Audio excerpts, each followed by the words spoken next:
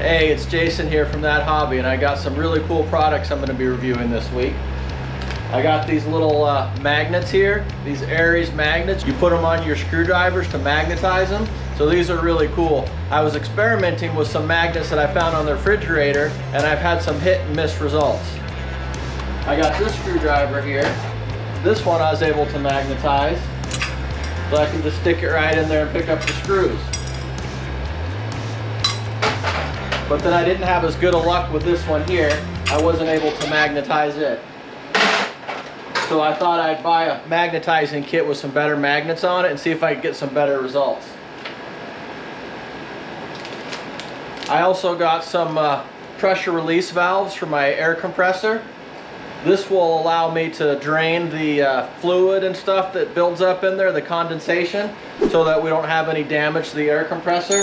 The old one's really hard to get to, and so we're going to put these on there to make that a little bit easier.